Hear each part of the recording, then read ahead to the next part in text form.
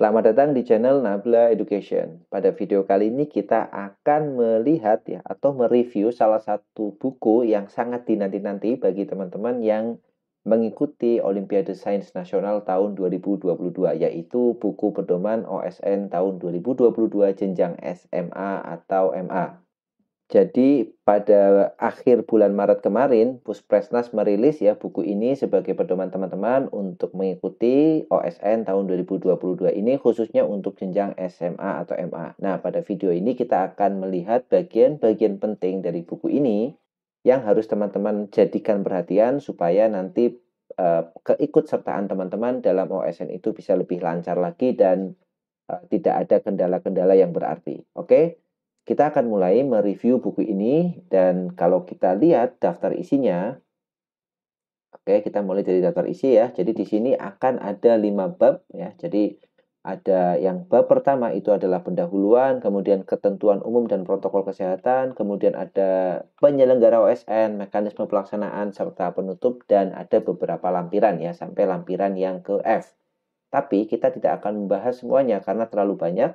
Kita akan membahas bagian-bagian yang penting aja dalam pedoman pelaksanaan OSN tahun 2022 ini. Baik ya, yang pertama kita akan mulai dari bidang lomba. Nah, untuk bidang lomba tingkat SMA atau MA ya, itu tidak jauh berbeda dengan tahun-tahun terdahulu, yaitu ada matematika, kemudian kimia, fisika, kemudian informatika atau komputer, ada biologi, ekonomi, geografi, kebumian, dan astronomi. Jadi masih tetap ada 9 bidang. Itu untuk bidang OSN tahun 2022 ini. Nah, jadi sekedar informasi bagi teman-teman yang baru mengikuti ajang OSN ini, jadi ada perubahan nama lagi ya. Di tahun yang lalu namanya masih KSN, yaitu Kompetisi Sains Nasional, sedangkan di tahun ini kembali berubah menjadi Olimpiade Sains Nasional. Tapi apapun itu namanya seharusnya nggak menjadi masalah. Yang penting substansinya tetap sama, jadi no problem, tidak ada masalah dengan namanya. Berikutnya kita akan melihat persyaratan umum peserta yang boleh mengikuti OSN tahun 2022 ini ya. Yang pertama adalah warga negara Indonesia ya, WNI yang punya dokumen resmi seperti kartu pelajar, kemudian KTP, kemudian SIM atau paspor. Kemudian yang kedua adalah berminat dan memenuhi syarat minimal pengetahuan yang dinyatakan dalam bentuk nilai dari bidang sains yang dipilih. Untuk syaratnya nanti bisa kita lihat di persyaratan khusus untuk masing-masing bidang ya. Jadi yang pertama harus minat dulu nih. Kalau nggak minat ya harus ganti mapel atau tidak usah ikut KSN ya. Jadi dia harus minat dulu supaya nanti dalam mengikuti KSN itu tidak merasa terbebani. Karena kalau kita lihat jadwalnya nanti, lihat rentetan timeline dari pelaksanaan itu cukup lama ya. Jadi sampai bulan, kalau tidak salah Oktober, nanti akan kita lihat di jadwalnya. Jadi cukup lama sekali, maka harus yang berminat dan yang punya keinginan memang semangat untuk ikut OSN, seperti itu. Kemudian yang ketiga ini, mendapat persetujuan dari orang tua atau wali, dan bila peserta memiliki kebutuhan khusus berkaitan dengan kesehatan harus mendapatkan persetujuan pihak yang berwenang. Jadi orang tuanya juga harus setuju, kemudian kalau ada masalah dengan kesehatan, dokternya ya bisa dokter pribadi atau dokter rujukannya bisa menyatakan persetujuan dengan surat yang dikeluarkan oleh pihak penyelenggara kesehatannya. Oke, itu yang ketiga. Kemudian yang keempat, peserta didik hanya dapat mengikuti salah satu bidang sains dan diusulkan oleh kepala sekolah. Nah ya, jadi ini penting nih. Jadi ikutnya satu aja, tidak usah serakah ikut semuanya. Meskipun mungkin ada genius person yang bisa semua bidang, maunya ikut semua. Jangan ya, biar yang lain punya kesempatan yang sama. Jadi ikutnya cukup satu bidang aja dan diusulkan oleh kepala sekolah berdasarkan hasil seleksi tingkat sekolah. Kemudian yang kelima, belum pernah meraih medali emas OSN jenjang SMA di bidang sains yang sama.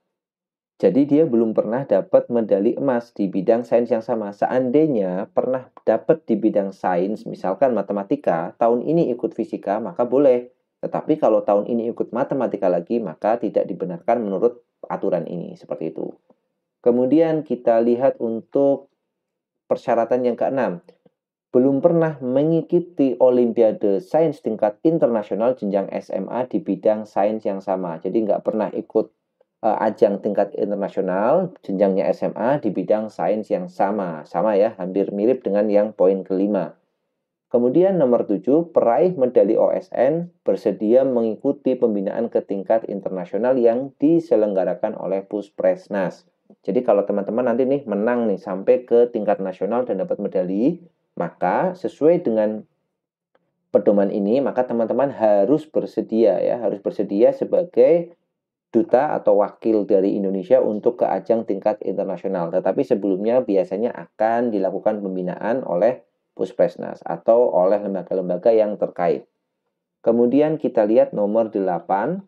Nomor 8 adalah peraih medali OSN bersedia mengikuti pembinaan ke tingkat internasional yang diselenggarakan oleh Puspresnas. Nah, ini hampir sama dengan nomor 7 ya, malah sama ini. Kemudian nomor 9, untuk beberapa bidang sains, peserta didik yang pernah mengikuti pembinaan tingkat internasional dapat langsung mengikuti OSN dengan merujuk pada persyaratan khusus. Nah, jadi kalau teman-teman yang sudah pernah ikut ke pelatnas ya, istilahnya pembinaan tingkat nasional sebagai persiapan untuk tingkat internasional, maka boleh langsung ikut OSN tanpa seleksi. Nah, ikutnya di jenjang apa? Apakah kabupaten, apakah provinsi atau nasional, nanti ada persyaratannya untuk masing-masing bidang lomba. Jadi berbeda-beda mungkin ya, nanti kita akan lihat di persyaratannya. Kemudian syarat yang ke-10 adalah menyetujui fakta integritas pelaksanaan OSNK, OSNP, dan OSN pada aplikasi Olimpiade. Ya, nanti akan ada fakta integritasnya. Dan nomor 11, untuk peserta yang mengalami pindah sekolah ke kabupaten atau kota atau provinsi lain, status kepesertaannya tetap didasarkan pada surat keputusan Dinas Pendidikan Provinsi sebelumnya. Jadi nih bagi teman-teman yang mungkin ikut KSNK itu masih di provinsi A atau kota A, kemudian di tengah perjalanan dia pindah ke provinsi B atau kabupaten B, maka keputusannya nanti seandainya menjadi pemenang, maka dia dihitung atau ditetapkan sebagai wakil provinsi A, bukan sebagai provinsi B ya. Tuh, seperti itu maksudnya. Nomor 12, memiliki nilai kriteria ketuntasan minimal atau KKM untuk semua mata pelajaran dan memiliki sikap yang baik. Jadi harus untuk raportnya ya, untuk nilai di sekolahnya harus memenuhi syarat KKM. Kemudian bisa mengoperasikan komputer, saya kira ini nggak ada masalah ya. Untuk teman-teman yang SMA sekarang pasti sudah bisa mengoperasikan komputer semua. Dan tidak terlibat atau memakai narkoba. Mungkin ini nanti ditunjukkan dengan surat bebas narkoba. Oke, itu syarat umum dari peserta OSN tahun 2022 ini. Berikutnya yang akan kita lihat adalah tentang jadwal pelaksanaan, dan ini penting sekali untuk teman-teman jadikan perhatian ya. Jadi jadwal pelaksanaan timeline-nya bisa kita lihat seperti ini. Yang pertama OSN tingkat sekolah, dan ini sudah selesai dilaksanakan. Jadi waktunya adalah tanggal 23 sampai 25 Februari tahun 2022. Semestinya teman-teman sudah melalui tahapan ini semua ya. Jadi sekolah sudah menyeleksi dan dipilih 5 orang ya untuk masing-masing bidang sebagai wakil untuk ikut OSN tingkat kabupaten. Kemudian untuk tingkat kabupaten itu waktunya adalah 23 sampai dengan 25 Mei tahun 2022. Oke, jadi ini pelaksanaannya nanti setelah puasa dan setelah Idul Fitri ya. Jadi sudah tidak dalam masa berpuasa, sudah bebas. Jadi tanggal 23 sampai dengan 25 Mei tahun 2022, penanggung jawabnya adalah Puspresnas dan Dinas Pendidikan Provinsi. Kemudian untuk seleksi tingkat provinsi ya, jadi nanti yang kabupaten lolos masuk ke provinsi, tanggalnya adalah tanggal 23 sampai dengan 26 Agustus. Jadi ada jeda waktu, berarti Mei, Juni, Juli, Agustus, ada jeda waktu 2 bulan untuk masuk ke tingkat provinsi. Dan yang terakhir tahapan tingkat nasionalnya adalah tanggal 3 sampai tanggal 8 Oktober. Jadi dari Agustus, September, Oktober ya. Jadi masih ada sisa 1 bulan lebih ya, 1 bulan lebih sedikit untuk tingkat nasional. Nah, di sini ada disclaimer ya, teman-teman perhatikan. Sebagai bahan pertimbangan nanti semisal ada perubahan jadwal kok bisa ya, karena di sini sudah dikasih keterangan bahwa jika ada perubahan jadwal akan diberitahukan kemudian. Soalnya tahun 2021 yang lalu ternyata ada perubahan jadwal di pelaksanaan masing-masing jenjang. Jadi nggak masalah ya, yang penting tetap dilaksanakan. Kalau jadwalnya mundur itu karena mungkin masalah-masalah teknis dan sebagainya. Jadi harap dimaklumi aja. Berikutnya kita akan lihat tahapan pelaksanaannya ya. Jadi yang pertama ini, tahapan pelaksanaan tingkat sekolah atau OSNS. Jadi sekolah menyeleksi peserta didik berdasarkan persyaratan yang telah ditentukan dalam pedoman ini dan mengajukan maksimal 5 nih. Jadi satu sekolah bisa mengajukan paling banyak 5. Kalau misalkan satu gimana? Boleh, dua juga boleh. Tapi yang terbanyak adalah 5. Sekolah nggak boleh mengajukan untuk per bidangnya 6 atau 7 dan seterusnya. Itu nggak bisa. Tapi kalau kurang dari 5 itu diperbolehkan, tetapi kalau lebih dari 5 itu nggak boleh ya. Jadi untuk masing-masing bidang, wakilnya adalah maksimal 5 per bidang per sekolah. Kemudian untuk tingkat kabupaten atau kota. Oke, syarat yang pertama nih, kita lihat peserta OSNK adalah peserta didik kelas 8, nah sampai kelas 11 yang sudah lolos seleksi OSNS dan memenuhi syarat yang telah ditentukan oleh masing-masing bidang sains. Jadi SMP boleh mengikuti OSN SMA. Syarat minimalnya adalah dia di kelas 8. Kalau kelas 9 gimana? Ya boleh aja karena kelas 8 sudah boleh. Jadi jangan kaget nanti mungkin di daftar pemenang nanti ada nama siswa kemudian sekolahnya itu masih SMP. Itu diperbolehkan dan memang sering sekali kasus-kasus seperti itu muncul ya. Jadi anak SMP yang ikut Olimpiade SMA dan bahkan bisa menang. Oke ya. Yang kedua, seluruh peserta OSNK yang berasal dari Sekolah Indonesia di Luar Negeri atau SILN untuk setiap negara menjadi satu kelompok sendiri yang setingkat dengan kabupaten atau kota. Ini berlaku bagi teman-teman yang domisilinya mungkin di luar negeri ya. Kemudian yang ketiga, satuan pendidikan berhak mengirim peserta didik terbaik hasil OSNS dengan jumlah maksimal 5, sama seperti poin yang pertama tadi. Kemudian pelaksanaan OSNK dilakukan secara serentak dan pada waktu yang ditetapkan oleh Puspresnas. Jadi pelaksanaannya nanti bareng. Teman-teman tinggal di wilayah Indonesia manapun nanti akan dilaksanakan secara serentak. Jadi nggak ada yang pelaksanaan OSNK-nya itu duluan ya. Jadi supaya antisipasi biar soalnya nggak bocor. Kemudian pelaksanaan OSNK menggunakan soal dan kunci jawaban beserta kriteria penilaian yang disusun oleh tim juri. Oke, ini teknis ya. Kemudian poin selanjutnya adalah penilaian dan penyeleksian peserta OSNK dilakukan oleh tim juri OSN yang dipilih oleh Puspresnas. Oke, ini bukan urusan teman-teman, ini urusannya Puspresnas. Kemudian hasil penilaian dan seleksi bersifat mutlak dan tidak dapat diganggu gugat. Oke, jadi kalau sudah keluar hasilnya, teman-teman udah nggak ada hak lagi untuk menuntut, meskipun nanti ada kesalahan dalam koreksi. Karena di poin ini sudah disebutkan dengan jelas bahwa hasil penilaiannya itu mutlak, tidak bisa diganggu gugat lagi. Jadi kalau sudah ada, misalkan semoga tidak ya, jadi teman-teman ada salah koreksi atau gimana ya sudah terima aja, karena memang yang ikut banyak mungkin ada error dan sebagainya, itu hal yang wajar. Mudah-mudahan sih nggak terjadi ya, mudah-mudahan semuanya normal dan tidak ada error. Kemudian penetapan dan publikasi hasil OSNK dilakukan oleh Dinas Pendidikan Provinsi berdasarkan hasil penilaian tim juri OSN yang dikeluarkan oleh Puspresnas. Oke, jadi nanti yang ditetapkan pemenangnya itu dipublikasi oleh provinsi ya. Pemenang tingkat kabupaten nanti yang merilis hasilnya adalah provinsi. Kemudian Puspresnas mendorong inisiatif Dinas Pendidikan Provinsi untuk memberikan apresiasi bagi peserta didik beserta berprestasi di daerahnya. Nah, ini perlu jadi perhatian nih ya. Jadi kemarin, tahun yang lalu itu banyak sekali yang menanyakan, misalkan menang di kabupaten itu dapat medali nggak, dapat sertifikat nggak? Nah, itu adalah wewenang dari provinsi. Jadi bukan wewenang dari Puspresnas. Maka kalau misalkan teman-teman di provinsi A misalkan di provinsi Jawa Tengah lah, sebutkah di Jawa Tengah, ternyata pemenang KSNK itu dapat medali, dapat sertifikat, dapat uang pembinaan misalkan ya, maka ya itu karena wewenang dari provinsi. Kalau di provinsi B tidak dapat itu sebenarnya nggak masalah karena di sini hanya didorong aja, hanya dihimbau, bukan diwajibkan. Kemudian kalau misalkan teman-teman dapat provinsi yang tidak memberikan apresiasi, ya sudah diterima aja karena memang provinsi itu mungkin tidak ada slot atau tidak ada pos anggaran untuk itu semua. Nah, yang ke-10, penjelasan terkait mekanisme pelaksanaan OSNK tercantum dalam lampiran A. Nanti kita akan lihat lampirannya ya. Kemudian sekarang tahapan seleksi tingkat provinsi atau SNP tentu saja adalah peserta yang lolos OSNK.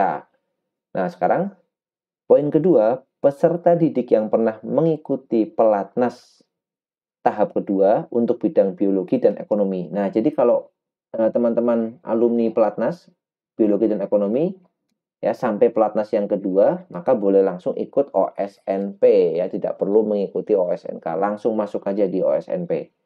Jadi nanti misalkan nih teman-teman di Kabupaten A misalkan tidak ada nama si X.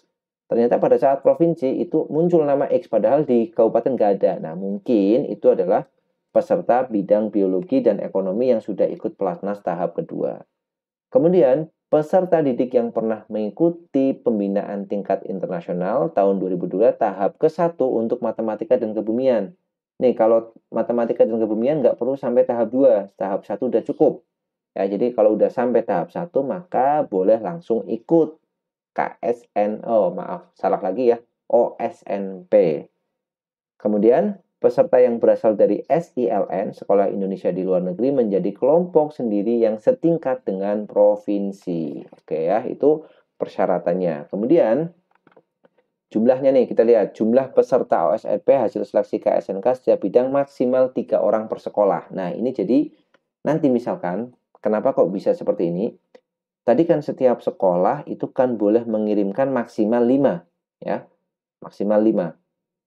Kalau misalkan 5-5-nya lolos, nah 5-5-nya lolos, nanti yang boleh ikut itu hanya 3. Mekanismenya seperti apa nanti akan dijelaskan. Jadi misalkan sekolah A misalkan, bidang fisika itu 5 siswanya karena semuanya ambis semua, lolos semua 5-5-nya.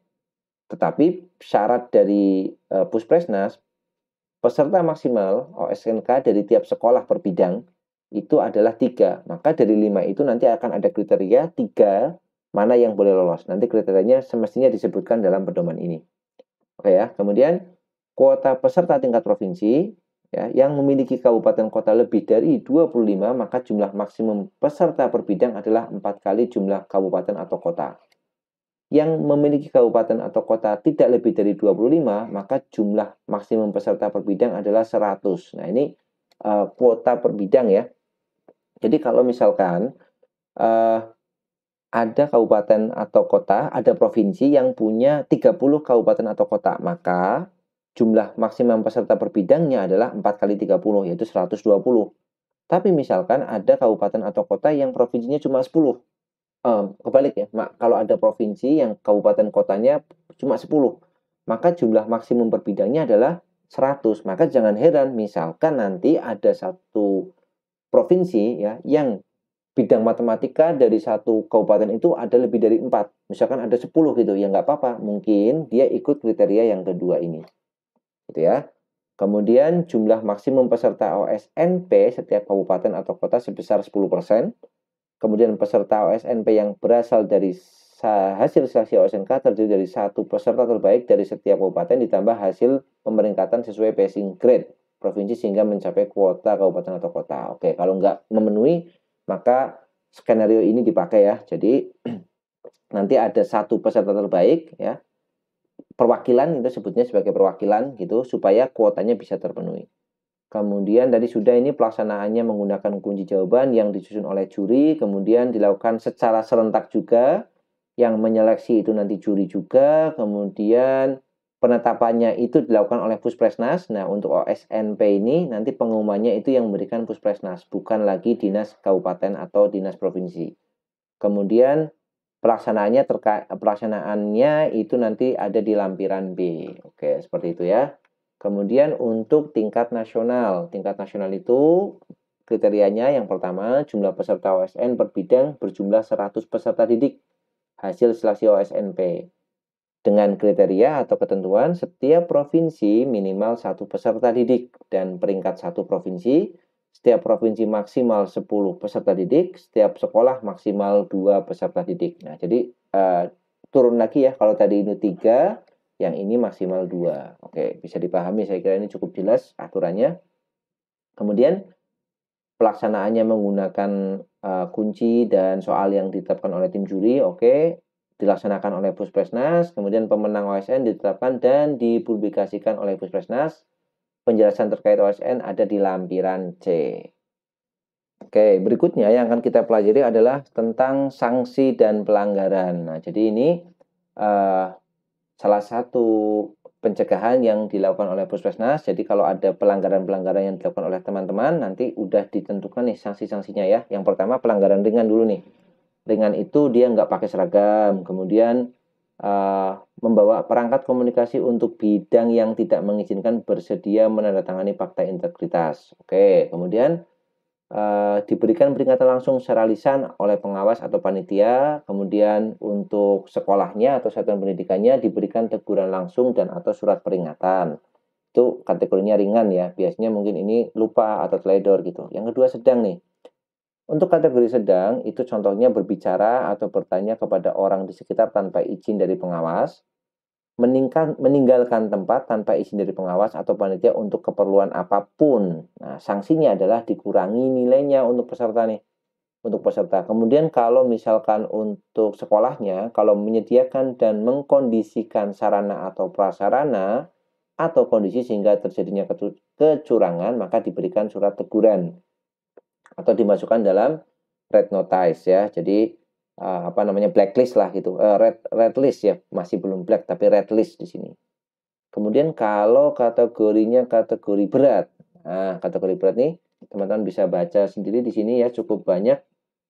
Contohnya adalah tidak mematuhi persyaratan umum, kemudian menggunakan perangkat yang tidak diperkenankan, melakukan plagiasi atau menyontek, memberikan contekan, memanipulasi data ya, atau pakai joki gitu, kemudian mendokumentasikan atau menyebarkan luasan soal jawaban untuk keperluan di luar lomba. Jadi misalkan soalnya dipakai untuk disebar di luar dan sebagainya, maka didiskualifikasi. Jadi langsung tidak dianggap sebagai peserta lagi dan otomatis tidak akan mengikuti tahapan selanjutnya. Kalau sekolahnya nanti masuk dalam blacklist, yaitu beberapa pelanggaran yang perlu teman-teman perhatikan. Oke, sekarang kita langsung masuk ke lampiran A, yaitu mekanisme pelaksanaan Olimpiade Sains Nasional tingkat kabupaten atau kota. Dan ini dulu yang akan kita bahas ya, karena yang provinsi nanti, karena ini persiapan kabupaten kota, kita akan fokus di bagian ini dulu. Yang pertama nih, bidang matematika. Bidang matematika adalah peserta didik SMP atau MTS kelas 8 peraih medali emas OSN SMP bidang matematika. Oke, kemudian siswa SMP atau MTS kelas 9, kemudian SMA atau MA kelas 10 dan 11. Jadi, yang boleh ikut KSN OSNK bidang matematika adalah kalau dia kelas 8, dia harus pernah meraih medali emas OSN. Kalau dia kelas 9, maka nggak ada syarat apapun. Di sini ya, syarat maksudnya syarat pernah ikut atau tidak. Kalau dia SMA kelas 10 dan kelas 11 bisa ikut bebas ya. Kemudian memiliki nilai matematika, wajib dan peminatan tidak kurang dari 80. Jadi nilai matematikanya minimal 80. Kemudian peserta didik yang pernah mengikuti pembinaan atau pelatnas tahap 1 yang diselenggarakan oleh Puspresnas pada tahun sebelumnya dapat langsung mengikuti OSNP. Ini kalau matematika tahap pertama boleh ikut OSN tingkat provinsi. Ya, jadi boleh kelas 8, kelas 9, kelas 10, dan kelas 11. Tetapi yang kelas 8 dia punya syarat khusus, yaitu pernah dapat medali emas OSN bidang matematika di SMP. Oke, berikutnya bidang fisika. Bidang fisika yang boleh ikut adalah peserta didik SMP kelas 9. Nah, kelas 8 nggak boleh ikut ya kalau fisika nih. Kemudian kelas 10 dan kelas 11. Kemudian kalau misalkan dia SMP kelas 9 tadi, maka nilai IPA, matematika, dan bahasa Inggrisnya nggak boleh kurang dari 80. Jadi minimal 80. Kemudian kalau dia SMA, berarti kelas 10 dan kelas 11, itu nilai fisika, matematika, dan bahasa Inggrisnya nggak boleh kurang dari 80. Jadi minimal 80. Terus belum pernah mengikuti pembinaan tingkat internasional tahap kedua bidang fisika yang diselenggarakan oleh Puspresnas. Jadi kalau fisika ini nggak ada privilege khusus ya untuk peserta pelatnas, jadi mau nggak mau ya ikutnya dari awal. Kalau dia sudah pernah ikut pelatnas 1, maka dia masih boleh ikut. Tapi kalau sudah ikut pelatnas 2, dia sudah nggak boleh ikut lagi di ajang tahun 2022 ini. Oke, itu untuk persyaratan fisika. Yang ketiga, yang kimia nih. Yang kimia itu boleh kelas 9 SMP, kemudian SMA-nya kelas 10 dan kelas 11. Kemudian kalau kelas 9 itu nilai IPA-nya itu nggak boleh kurang dari 80. Ya, berarti minimal 80 ya. Kalau yang SMA itu nilai kimianya minimal 80. Kemudian untuk dua-duanya nih, baik yang SMP atau SMA, itu nilai matematika dan bahasa Inggrisnya minimal 80. Belum pernah mengikuti pembinaan pelatnas tahap kedua bidang kimia yang diselenggarakan oleh Puspresnas. Oke, jadi sama dengan fisika nih. Kalau kimia itu nggak ada privilege bagi teman-teman yang peraih medali atau apa. Jadi yang sudah pernah ikut pelatnas pun bisa ikut ya kalau melihat aturan ini seperti itu.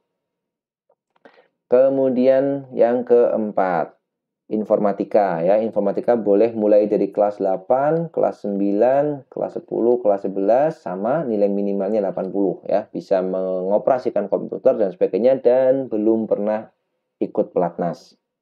Biologi saya kira sama, syaratnya ya, boleh mulai dari kelas 8 sampai kelas 11, kemudian nilai minimalnya 80, kemudian peserta didik hanya mengikuti OSN maksimal 2 kali. Jadi biologi itu maksimal 2 kali. Kalau kelas 9 udah ikut biologi, kemarin kelas 10 udah ikut biologi misalkan, kelas 11 ini sudah nggak boleh ikut lagi di OSN biologi ya. Kemudian kalau astronomi itu mulainya dari kelas 9 nih. Kelas 8 nggak boleh ikut astronomi. 10 kelas 11 sama nilai IPA dan bahasa Inggrisnya minimal 80. Kalau yang SMA berarti fisika, matematika, bahasa Inggrisnya juga 80. Kemudian belum pernah mengikuti pembinaan tingkat internasional bidang astronomi yang diselenggarakan oleh Puspresnas. Jadi bagi peserta pelatnas nggak boleh ikut KSNK ya. Tidak buta warna, dibuktikan dengan surat keterangan bebas buta warna dari dokter dan mampu melakukan kegiatan praktik di lapangan. Oke, nomor 7.